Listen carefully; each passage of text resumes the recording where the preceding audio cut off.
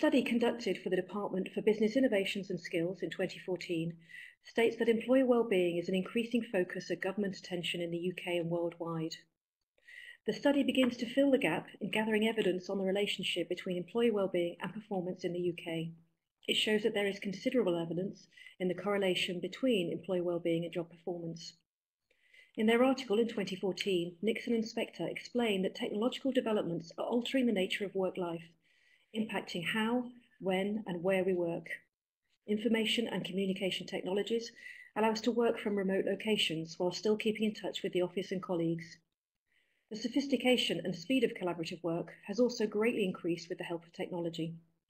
Along with these changes, we must update our understanding on how employees' health, stress, and well-being are affected. Is workers' well-being linked to performance? Is technology the key to improving employee productivity, or is it becoming just another stressor? How do we find the right balance in the way we use technology? We will begin the discussion around all these questions in the webinar, and I'd like to hand over to Donald in a brief introduction before I do so. Donald is a reader at the School of Business and Economics at Loughborough University, where he has worked for almost 10 years, and where he is director of the Centre for Professional Work and Society. The experience of home-based and mobile workers is one of Donald's central research interests. His research in this area focuses on two specific overlapping themes: the extent to which business people work while travelling on work-related journeys, and the way in which mobile computer and communication technologies are used in these work activities. I shall hand you over to Donald. Good morning, everybody. Hopefully you can hear me. Okay, so I'm going to talk to you for about 15 minutes about the contradictory impact of mobile technology use for mobile and home-based workers. So the overarching focus of the webinar is about technology in the modern workplace, and I'm looking at very specific technologies and very specific workplaces. So in terms of the images on the screen here, the type of technologies I'm interested in are mobile technologies, contemporary mobile technologies, tablet computers, laptops, smartphones. And one of the innovations of these technologies compared to previous generations of mobile technology is they provide access to email on the move. And that's a potentially quite significant change. So I'm going to look at the impact of using these technologies primarily on well-being rather than issues of performance.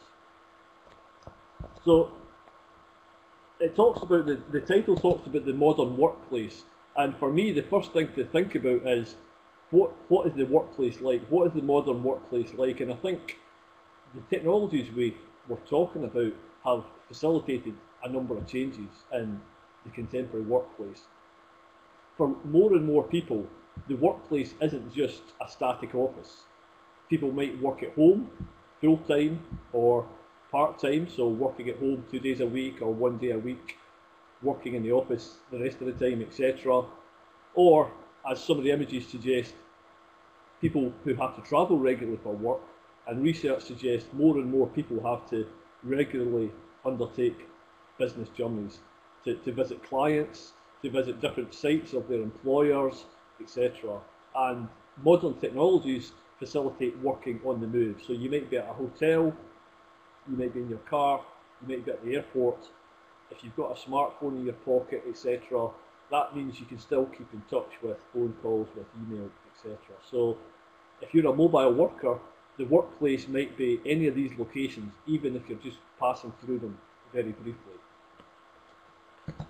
So I'm interested in the impact of modern technology use on these type of workers, people who work partly at home and people who work on the move. And the key thing to sort of suggest is the impact on workers of these excuse me, the impact on workers of these technologies is paradoxical and contradictory. So to define what I mean, probably the Escher drawing is probably a good illustration. A paradox is a statement in two parts, which when you combine them is contradictory, irreconcilable. So in the Escher drawing, the stairs are simultaneously going up and going down. Now, logically that's not possible, but in the diagram that's what's happening. The stairs are simultaneously going up and down, And in terms of mobile technology use for workers, the consequences, the impacts for workers are paradoxical. They're simultaneously good and simultaneously bad. So I'm going to try and sort of illustrate this by talking about a study that was done a couple of years ago by some American academics. On this slide, there's some quotations, interview quotations that were taken by workers using these technologies. The red italicized quotes are the quotations. I'm not going to read out these quotations to you. I'm going to just leave these quotations up so you can read the quotations yourself. I'm going to talk about the themes in the quotations. So, Masmanian did a study of BlackBerry use in one US company. So it was quite a detailed, in-depth case study. And they came up with this idea of the autonomy paradox. So for the workers that were studied, people's initial experiences of having BlackBerries was very positive, very good. It created a sense of autonomy for them. So as the sort of quote suggests, people no longer felt stuck working in the office. If you had a BlackBerry, that meant you could leave the office, you could go home and work from home, or you could work from other locations. And to start with, people also felt they had control. The second quote suggests that you might be able to check your messages, but that doesn't compel you to respond. So it seemed to provide people with autonomy to check messages and respond where appropriate. But over time, this sense of autonomy changed quite significantly. And what happened was, after a period of months, people felt that their autonomy was becoming increasingly constrained. They felt compelled to constantly check their messages. Because people knew they had BlackBerries, they felt under pressure to be constantly checking messages, no matter what they were doing, no matter where they were. So as the bottom quote suggests, you might be sitting in a meeting face to face with other people, but people still felt compelled to be checking their BlackBerry for emails. So sitting in meetings, checking their phone, etc. Or spending time at home with the family and feeling a compulsion to check messages. So gradually people felt their autonomy was becoming reduced. As the title of the slide suggests, things went from the sort of anytime, anywhere logic where they had autonomy and flexibility to this more pernicious logic of every time, everywhere, and people felt compelled over time to be constantly checking their messages. So that slide suggests that that the consequences are simultaneously good and bad of using these technologies. And what I want to do for the next couple of slides is sort of separate out these positives and negatives to look at them separately. So the benefits of these technologies for workers are spatio-temporal flexibility. So they provide the convenience to work where and when you want, potentially. So you're no longer stuck in the office. If you want to be doing email, you don't have to be in the office. You can be on a train, you can be sitting at home, etc. And for some people that's beneficial, that provides a lot of convenience. So as the quote at the bottom suggests, if you've got a family, you don't have to stay in the office to complete your work. You can come home, do whatever family commitments you have, and then potentially reconnect with work, once your children have gone to bed, etc. So potentially they offer flexibility and convenience to choose where and when people work. But simultaneously they have this negative, negative consequence. Masmanian talked about reduced autonomy. I would suggest there's probably two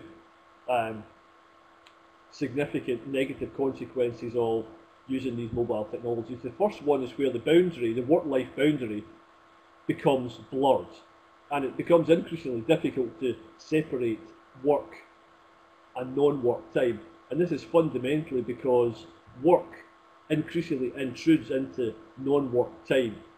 So if you have a mobile technology, if you have a smartphone, if you have a BlackBerry, etc., time spent with family, whether it's in the evening or at weekends or on holiday, people feel increasingly compelled to be checking for messages and listening to messages and responding to calls, etc.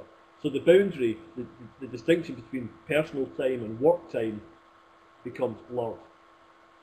And secondly, there's a perceived need, related to the first point, there's a perceived need to constantly be responding to emails, calls, messages, and this idea of responding promptly.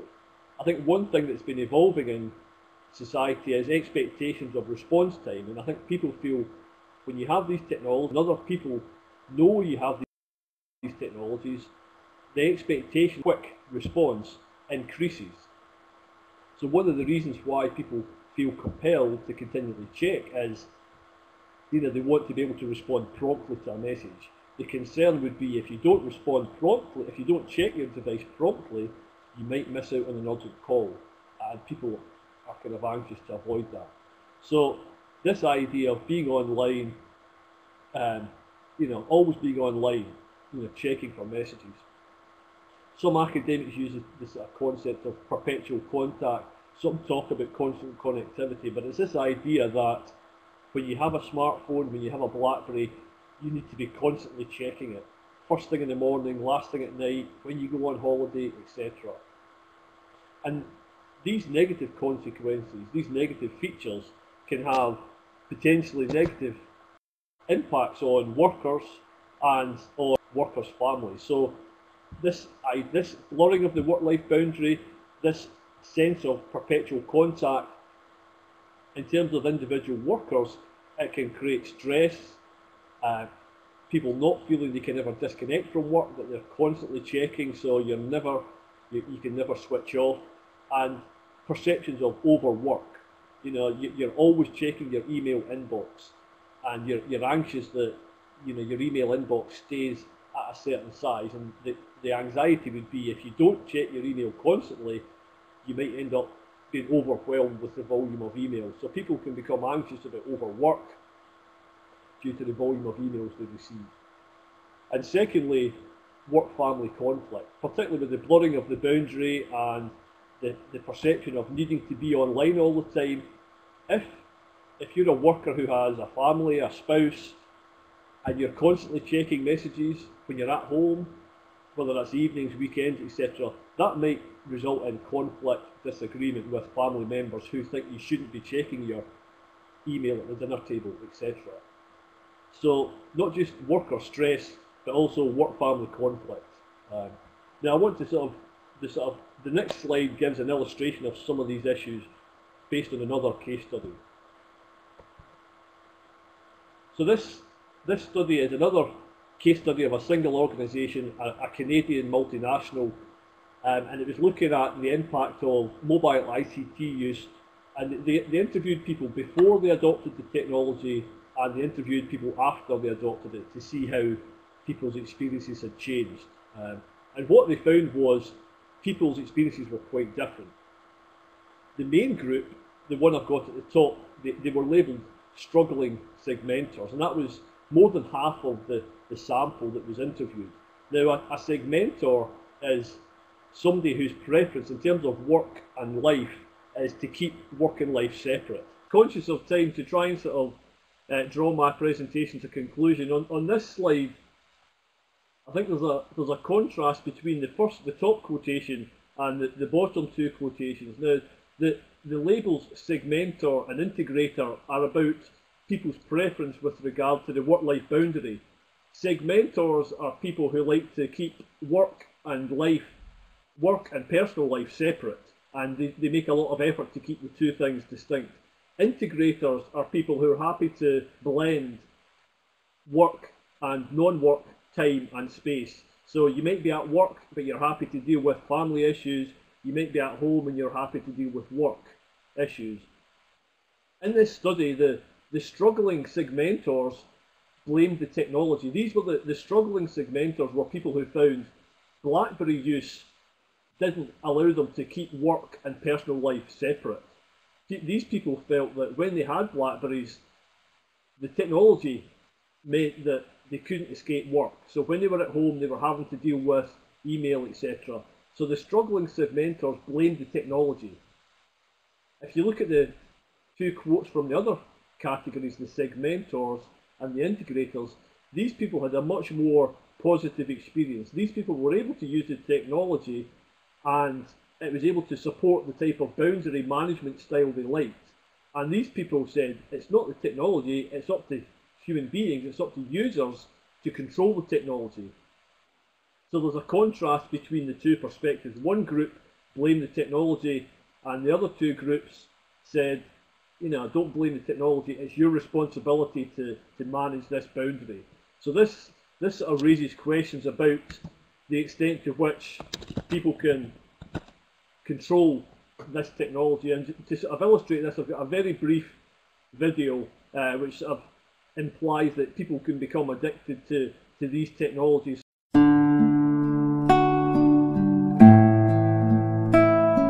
As you can see, this deal really doesn't make sense due to some ongoing manufacturing issues. Kevin, what do you think? I say we go with it.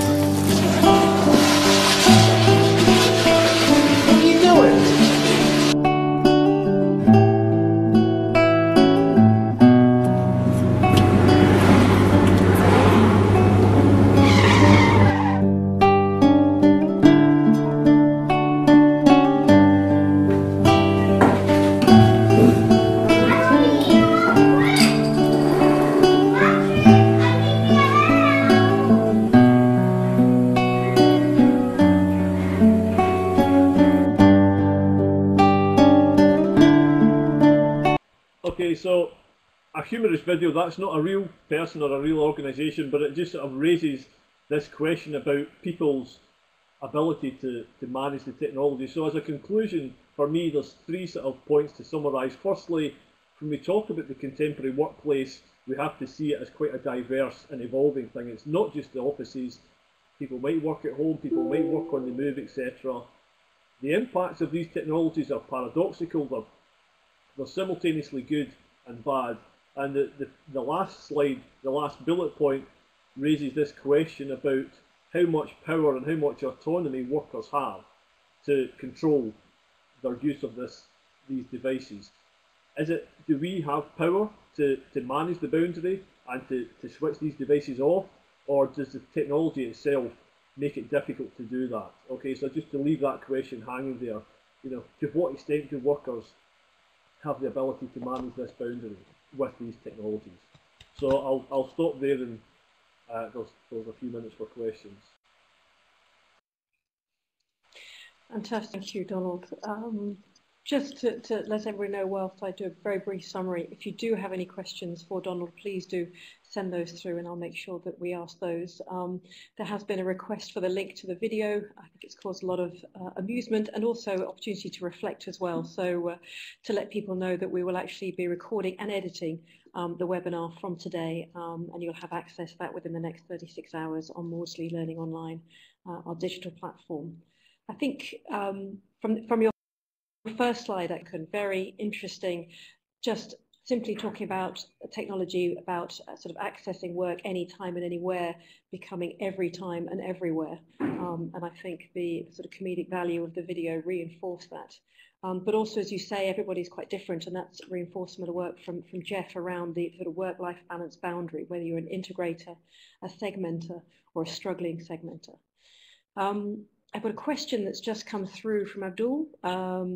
In terms of tech fit, what about NLP-wise? Some folks are more visual or tactile, I presume that means, or auditory.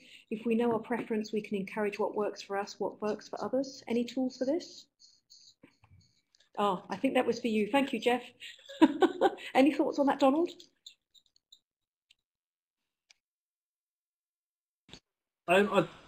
I'm not aware of any particular tools. I would agree with the point Jeff made that if people have particular communication preferences, the best thing to do is be explicit and to share those preferences before you engage in interaction. So if you don't like webcamming, or if you prefer instant messaging to email, etc., I think the best thing for people to do is to be explicit about communication styles, communication preferences.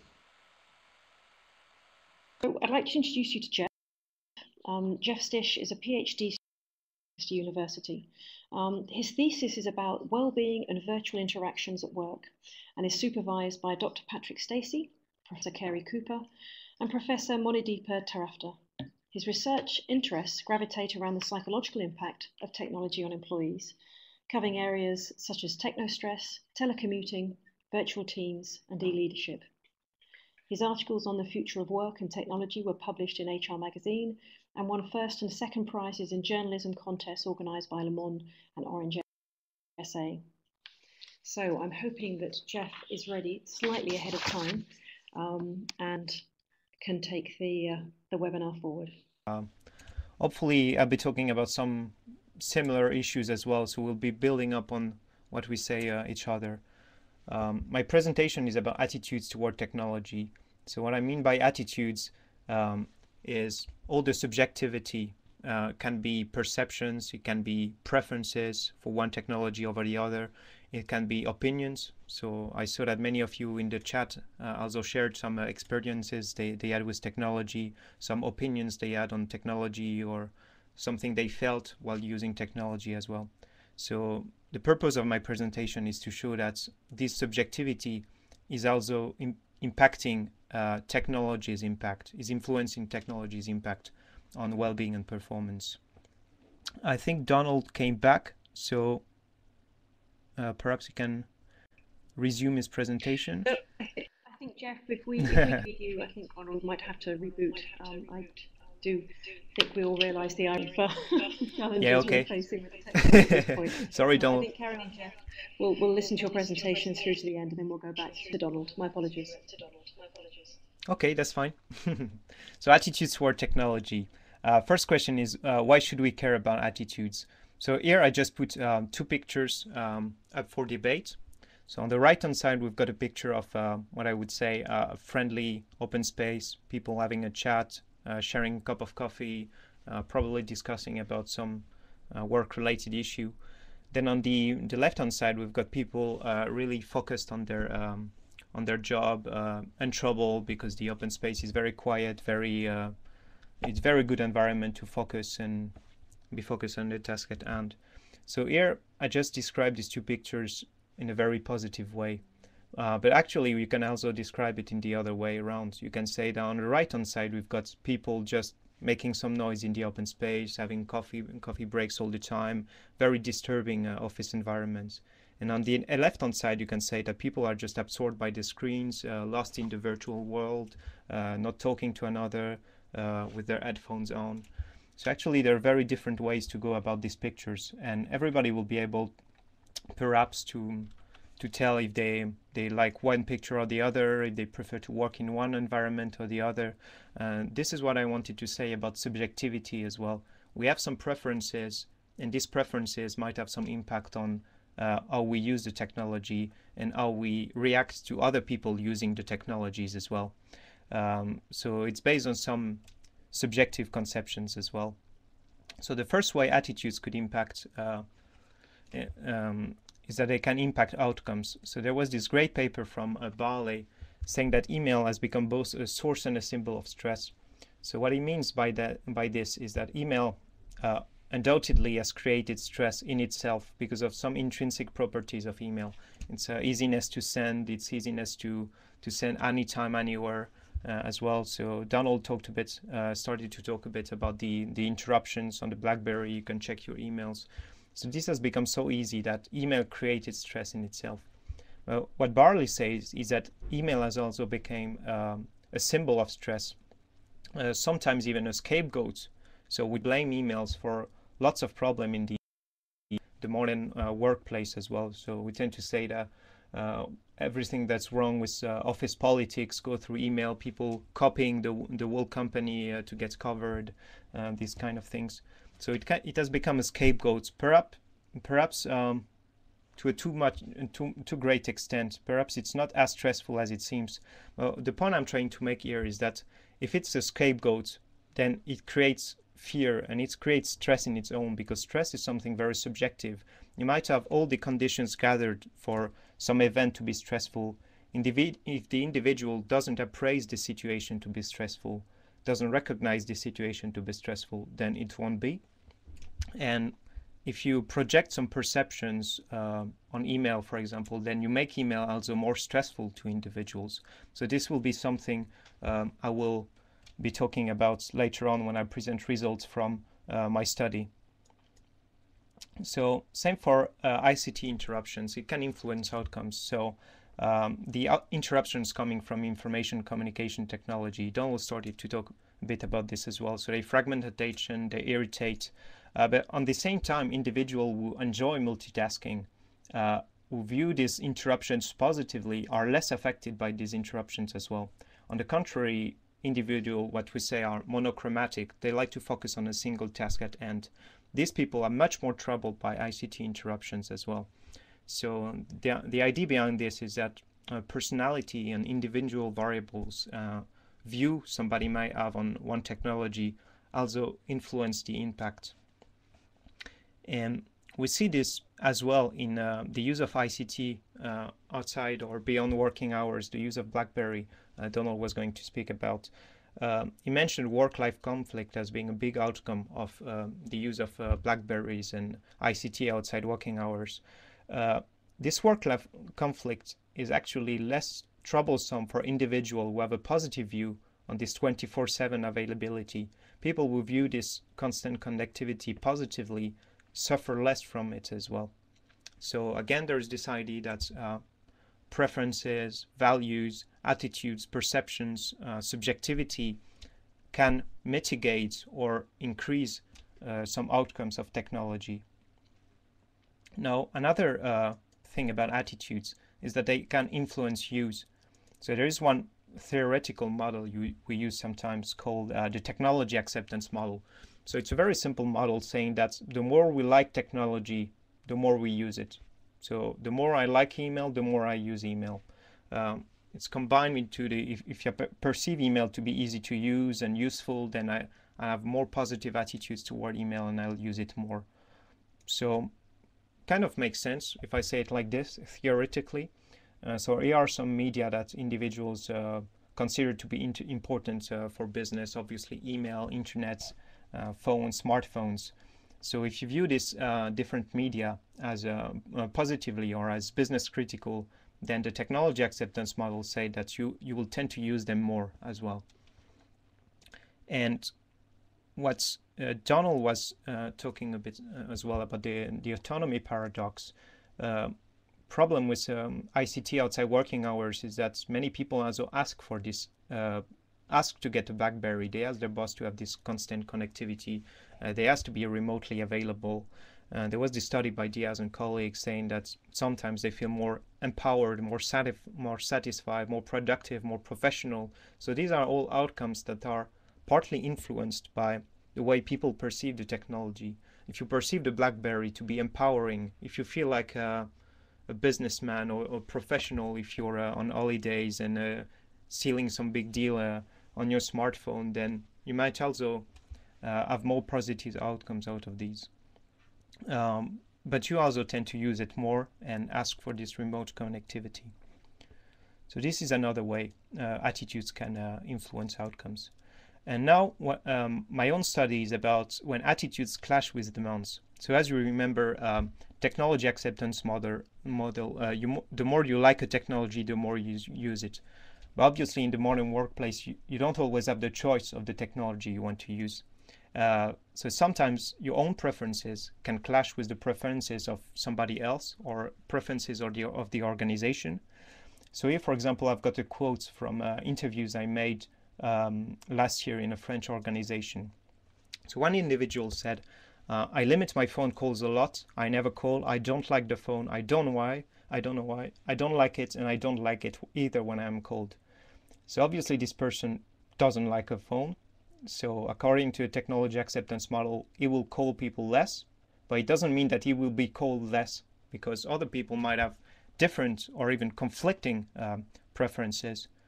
So this is a quote from another participant of my interviews, and he says the exact opposite. He says, I'm more of a phone person. I send an instant message with, hey, do you have a minute? And if they say yes, I call them straight away. So you can see from these two quotes that the preferences of one individual can clash with the preferences of another. So if you don't like a technology, you use it less, fine, but it doesn't mean that other people around you will be using it less as well. So I will analyze in a couple of slides the impact of these conflicting preferences on well-being and performance. But another point first is that your own preferences can clash with demands from above, I would say, or the demands from HR, for example. So it was small debate last year we had in France. So for some organizations in some industries, some trade unions have negotiated that some individuals might be able to disconnect after working hours. So I used a lot the word some because it was a very specific situation. But here, when I read about these stories from a UK perspective, because I'm studying in the UK, The Guardian titled, When the French Clock Off at 6 p.m. They Really Mean It, and relaxing in a French cafe and troubled by work emails. So there was this general perception that, oh, the evil email were banned in France. Nobody can send email beyond working hours. So there was this story. It was very surprising to see it from the UK perspective, or at least from the Guardian's perspective. So this is not really what happened, but I wanted to show you this example because there is an underlying debate we have in France between the right to disconnect versus the obligation to disconnect. So what trade unions want to do is a right to disconnect, saying that we must provide employees some kind of safeguard or something, so that if they want to disconnect, if they want to cut off from emails beyond working hours or not have a BlackBerry, they can do it. But as I was saying, sometimes it's difficult because if your other team members are using the BlackBerry, sending messages in your team, then you might feel left out as a result. So the question is, if there is a right to disconnect, will people use it? Is it any useful? Especially if some people are asking for this connectivity, then they might not use this right to disconnect. So there is the debate about should people to disconnect. Should we put an obligation to disconnect so people won't experience a work-life conflict because they won't be able to access this technology at home altogether?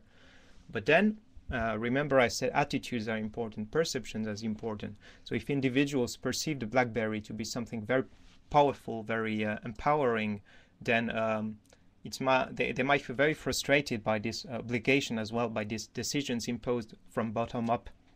And there was some example 2 years ago as well with Yahoo and Hewlett Packard deciding to ban telework, so saying that we value a lot face-to-face interaction, so people must go home, go back to the office, interact face-to-face. So obviously you can imagine if you're somebody loving to telework, that's my case. You see, I'm in my home office here. So if my organization decide to ban telework, then I might be tempted to change organization, to change jobs, so increasing turnover intentions. So there is this idea as well that the preference also lead individuals to make career decisions as well. So this was another example of how your own preference might clash with those of the organization or other individuals. I just want to make a quick example of what we call email overload. So I guess everybody here is aware of what email overload is, feeling overwhelmed by email when you come Monday morning and you see all these emails having piled up during the weekends. So this is email overload. So this leads to loss of productivities, reduced task coordination, you're less able to focus as well on the primary tasks and when there is email pop-ups coming all the time. The thing is, how many emails are needed to feel overloaded? And that's a very difficult question because for some individuals it might be 200, for some it might be 10. 50, 100. So it really depends on the individual. And that's because email overload, just like stress, is a subjective appraisal. And within the definition of email overload, we see that it's a user's perception that their own email use has gotten out of control. So that's why from one individual to another, there might be very different threshold at which email overload is occurring. So one participant in my study, for example, said, I am not an email person very much, so I don't even like when there are a few of them. So this person might feel overloaded with just 10 emails maybe, whereas the next guy might be overloaded with 100. So that's the point I wanted to make with email overload. And actually email overload can be mitigated as well with a positive view towards email. So if you view email as a business critical tool, you see email as essential, then you will tend to feel less overloaded by email. Now, remember I said it's all about attitude, subjectivity, perceptions. So email overload is about having too much email. But you might imagine that some people hiding somewhere might also have too few emails. That's something I'm going to talk about in my study.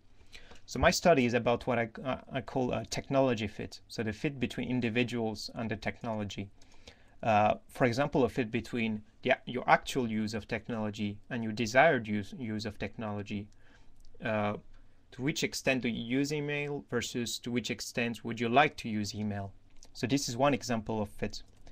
Another example of fit is the fit between the preferences of several individuals in the team. So remember the example with the phone person I put forward before. The fit between individual and the technology required by this individual's job. Fit between individual and the organization. So this is the example with the right to disconnect, obligation to disconnect I mentioned before. Fit between past and present jobs. So if you were email overloaded in your previous job and not in your current job, then you might feel more satisfied as a result because you have achieved this state of fit. Now, going more precisely to my own study, I did a survey with 118 US workers from Qualtrics. So Qualtrics was a great online tool to do this study. And I asked several questions. I asked them about their actual use of electronic media and their desired use of electronic media. So how often do you use blah, blah, versus how often would you like to use this media? Then I asked as well-being as well, using this tool by one of my supervisor, Carrie Cooper, called Assets. It's a great tool to do well-being audits, lots of different dimensions, very short, very practical. So I did this study, and the first result I'm going to show you is the link between actual volume of email versus stress coming from poor relationship with colleagues. So as you see in the axis on the bottom here, we've got the amount of emails. On the 8 axis, we've got stress coming from poor relationship with colleagues. And the thing is, when I mapped these two results together, I found absolutely nothing. So there was no link between the actual volume of email and stress coming from poor relationship with colleagues. So I was not able to say the more email, the more stress, or the less email, the less stress, or these kind of things. And you see this quite often in studies. They try to make a link between the technology and the outcome without considering the perception or the attitudes. So I tried as well, didn't work out. But hopefully I had another question which was very useful. So in this graph here, I still have the same axis about actual volume of emails on the bottom. On the 8, I still have relationship stress. So it's the exact same as the graph before. But now in depth, I've got another axis, which is the desired volume of email. So I asked people, how much email do you have? And how much email would you like to have? And here we see the results three-dimensional. And it's getting more interesting because in this corner here, we've got people who have too many emails. So these are people who have very high actual volume of emails and very low desired volumes. So these people, you can see, have a very high level of relationship stress. So these are the people who are overloaded by email. But if you look at the opposite corner, stress is just as high, but these are for people who have too few email might seem surprising because you don't hear from these people much. But here you see people have very low actual volume of emails and very high desired volume. So they would like to use email much more than what they currently use in their organization, in their job. And these people are just as stressed as people from the opposite side. And as you can see in the diagonal here, these are people who have enough emails. So these might be people who interact a lot using emails, but are perfectly fine with it, or individuals who don't have any email at all and are perfectly fine with it as well. So these are the individuals who are less stressed because of poor relationships with colleagues. So you can see from this little study here, that's both too many and too few emails had impact on stress, and it really depended on individuals' perceptions on the matter as well. And stress was reduced when individuals were interacting the way they really wanted to. So just I want to finish with a couple of learnings and a little video to show you as well about this. First, I think it's about developing empathy, because I've got a quote here from one study. Somebody said, "I've been using this technology for a very long time. They have become so natural that it is sometimes hard for me to realize that they might not be as natural to others." So other people might have different preferences for different media, and sometimes it's hard to spot. And I've never heard of anybody asking to one colleague, "Hey, which media do you like? Do you like me to contact you through the phone or email?" I never ask anybody, I never heard anybody asking these kind of questions as well. So I think it's also about sharing your own preferences and adapting the medium to the person as well. So it's perfectly fine to ask people, which media do you prefer, which technology do you prefer, and then try to adapt your own use of the media so that you don't create misfit or you don't create stress for individuals. And on the same time, it's perfectly fine to share your own preferences. So if you hate the phone, just say straight out, "Listen, I don't really like the phone very much. Can you just come to my office? We have a chat face to face, or can you just drop me an email?"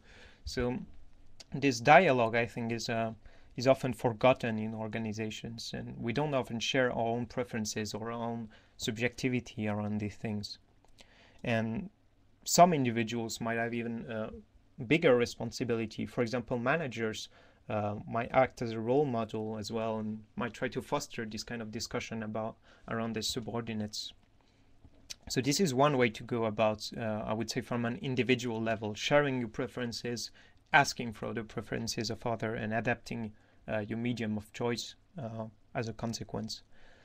Then another thing is changing perceptions.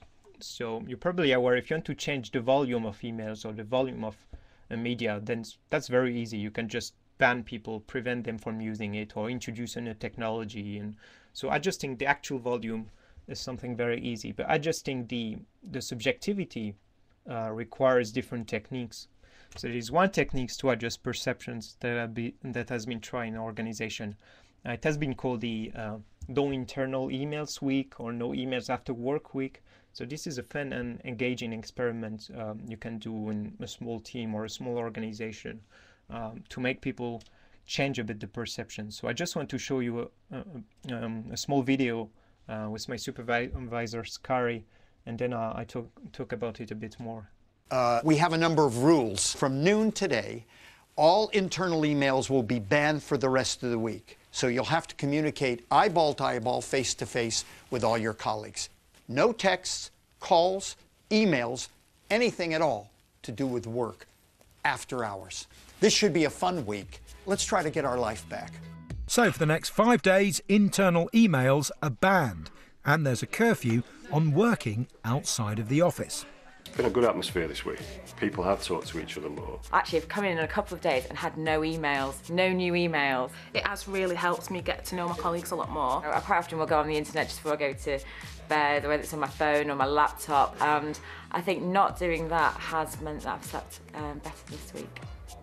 All the technology interference, the emails within the business, I think has overloaded people. And actually reducing that has produced, I think, really positive results in this work environment. Yeah, so this was the short video. So I wanted to show you this because this experiment, very engaging experiment by Carey, has been reproduced in research as well with powerful outcomes on perceptions, because it's difficult to imagine what would be a workplace without emails. We say we want less emails, but what do we know about working without emails? So this is why some organization might introduce this day without email, or alpha day, or even week without internal emails. The purpose of which is to adjust perceptions. So if you work in this non-email week, then you know what it's like to work without emails. You know the advantages of it, but you also see what you're losing in the process. So your perceptions become more accurate as a result, because you see what you're missing, and then you can adjust your perceptions accordingly. So this is one engaging experiment that can be done as well. So this was for my presentation. As you probably noticed, I just wanted to raise awareness about the importance of attitude and subjectivity in influencing technology's outcome. So thank you very much. And if you want to get in touch with me, you'll see all my contact details on my website. You can use any media you want. Yeah. Fantastic. Thank you very much indeed, Jeff. Fascinating. I had no idea that too few emails might cause stress. I think the points that you make around style of work, cultural side of things, as well as the perception of technology, ease of use, usefulness, very relevant, particularly I think in the context of a sort of 4th-generation workplace that we all work within. I'm just inviting really the audience to send any questions through that you may have, and then we will go back to Donald. Just want to pick up a couple of points while those questions come through for you, Jeff. I thought there was a very good comment by Richard that suggests that people should talk to each other as a way of finding out what their personal preference is. So Jeff, because of the sort of personal style, the perceptions, the cultural side of things, do you think that this means that organizations should provide a clear, simple framework for technology use to avoid conflict, stress, and other negative outcomes? Yeah, definitely. That could be a solution as well, or at least something that might help tackling these problems. If you provide frameworks or guides that encourage these sort of discussions or roundtables, or that might also encourage people to not impose their own views onto others, especially managers. This is something that can definitely have an impact on reducing the misfit technology might create.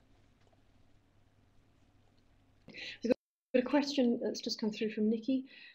Jeff, could you tell me what the term is for needing to get rid of emails dealing with them? Something like zero inbox. Yeah, exactly. That's a zero inbox. But it can be a tricky thing, because if you want to really delete all the emails as they come, or sort them in different categories, it can be troublesome as well, because one study showed that the more email folders you have, the more email overloaded you might feel, because then might be difficult as well to retrieve all the information you need. And then you might even be even more stressed by trying to achieve this zero inbox state, and just dealing with the emails as they come. So it can be very tricky. It depends on your own skills and your own personality as well, how you want to deal with it. If you feel less stressed with the zero inbox, then go for it. Fantastic. Thank you very much indeed.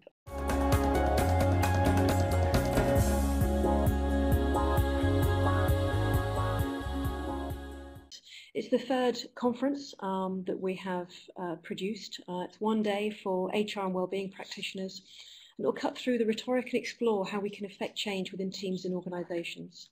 We'll be using a group construct to find creative solutions that can be applied in the day-to-day running of businesses in our Wellbeing Cafe, learn about resilience, technology and design for employee wellbeing, discuss parallels from practices in defence, and explore the human factor and its devastating impact in the Germanwings flight accident. We will have expert insights, compelling case studies, and interactive sessions. And so together we will explore how employee wellbeing can be managed and enable environment for disruptive conversations. You will see the really hopeful learning outcomes on your screen as we speak. And there's also a link below which will give you a detail of the agenda and all the subject matter experts that will be speaking. And also, as you can see, there is a discount code that is valid until the 30th of November, which will give you the opportunity to have 42% off our delegate passes. Anyway, thank you all very much for dialing in. Our apologies for the technical glitch. Hopefully you appreciate the irony of that. I hope you found it of value, and that you can access this in your own time within the next 36 hours when it goes up on our digital platform, Morty Learning Online. Thank you again to Jeff and Donald, and we look forward to welcoming you soon. Thank you.